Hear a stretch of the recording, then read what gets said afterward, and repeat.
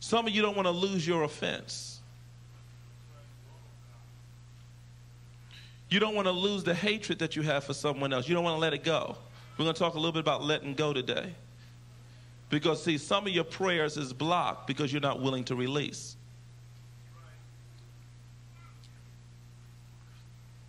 Let me give you an example. And I know I'm jumping the gun a little bit. A story was told of a woman who was looking for a husband. And when the counselor began to deal with them, asked them about some relationships they had in the past, and they says, oh no, I can't let him go because he did me whichever way he did me. I can't let him go. And it was very interesting because in the process of saying that, the counselor said, because you have not let him go, you're still holding him, therefore another man can't come into your life.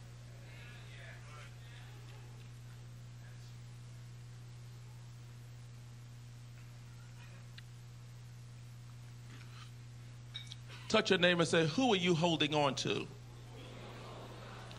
that is blocking the next person from coming in?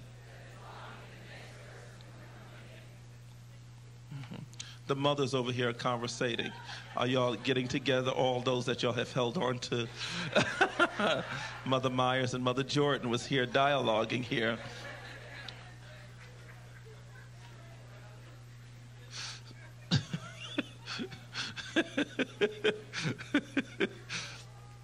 Okay. God can only give you what you take possession of, what you know or feel. See that word feel again? That which you feel belongs to you. God can only give you what you take. I like to almost add there, or what you feel. God can only give you what you take. And you cannot even take it unless you feel it on the line. It's got to feel as though the thing bit you. It has bitten the line, the bait on the line. Everybody say bait. Bait, amen. It has come on your line. It has bit your bait because you sent your faith out there as bait and you felt the tug on the line. You can only get, amen, what you take. And here it says you can only give what you take. Now, I like this other part here. Give. What you hold on to, you lose. What you give, you keep. See, that's kind of a different twist from the world. You see, seed time and harvest. If I hold on to my last 100, I'm going to lose it. Something in this life is going to grab it. But when I open up my hands to release it, as I give it, I keep it. Because now my hands is open to receive hundreds. Say with me, what I give, I keep. Until you see it, you will not. Until you what? You will not. Move on. Everyone say this word. Bait. Bait is, I made it an acronym, building an intention towards. Is the bait on the line? Do you have an intention towards something? Our thoughts are like what? Bait. Your thoughts is out there fishing for the form. Or better yet, creating the form from within. You can catch what?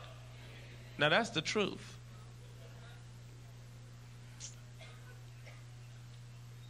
Even if you go fishing with no bait and drop a hook, you will get your hook will get tangled up in something when it hits bottom.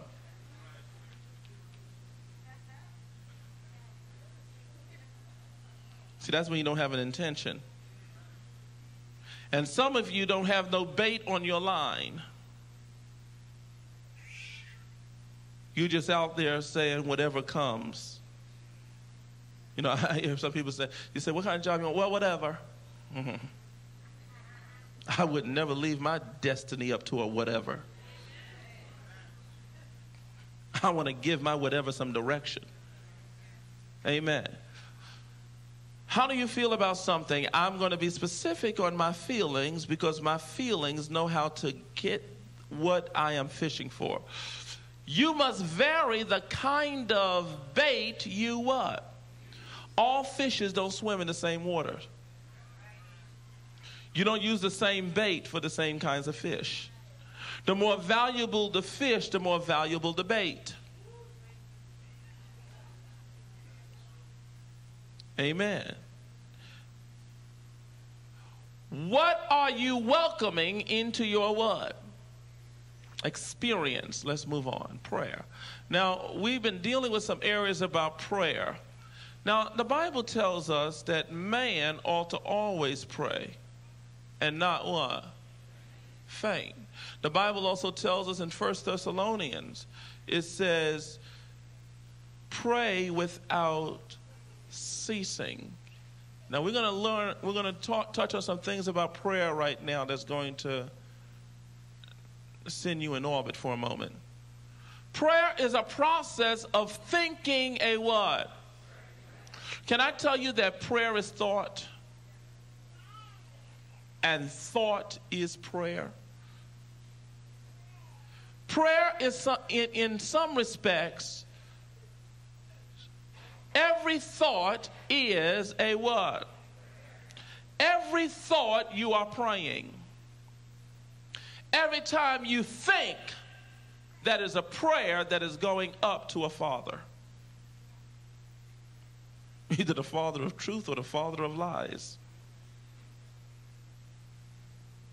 Say with me, every thought is a prayer. Read this together. Again, thou art that. I am my thoughts. Whatever you are now is the results of your thinking. Amen.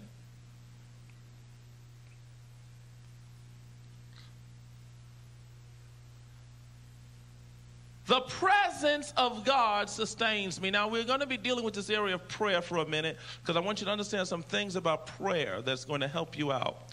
But the presence of God is what sustains you. You're sustained by the presence of God, his indwelling presence. Let's move on. Read. Understanding life. Matter is mind in what? Matter. Matter is mind in manifestation. In other words, whatever manifests, it is your mind in manifestation. Your mind is always creating matter.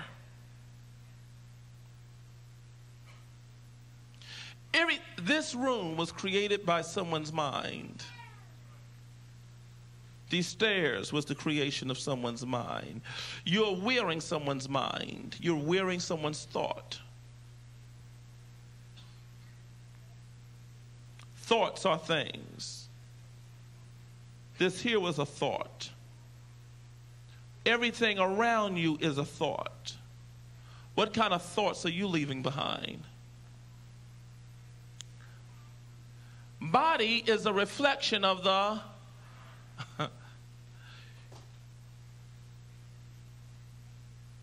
your body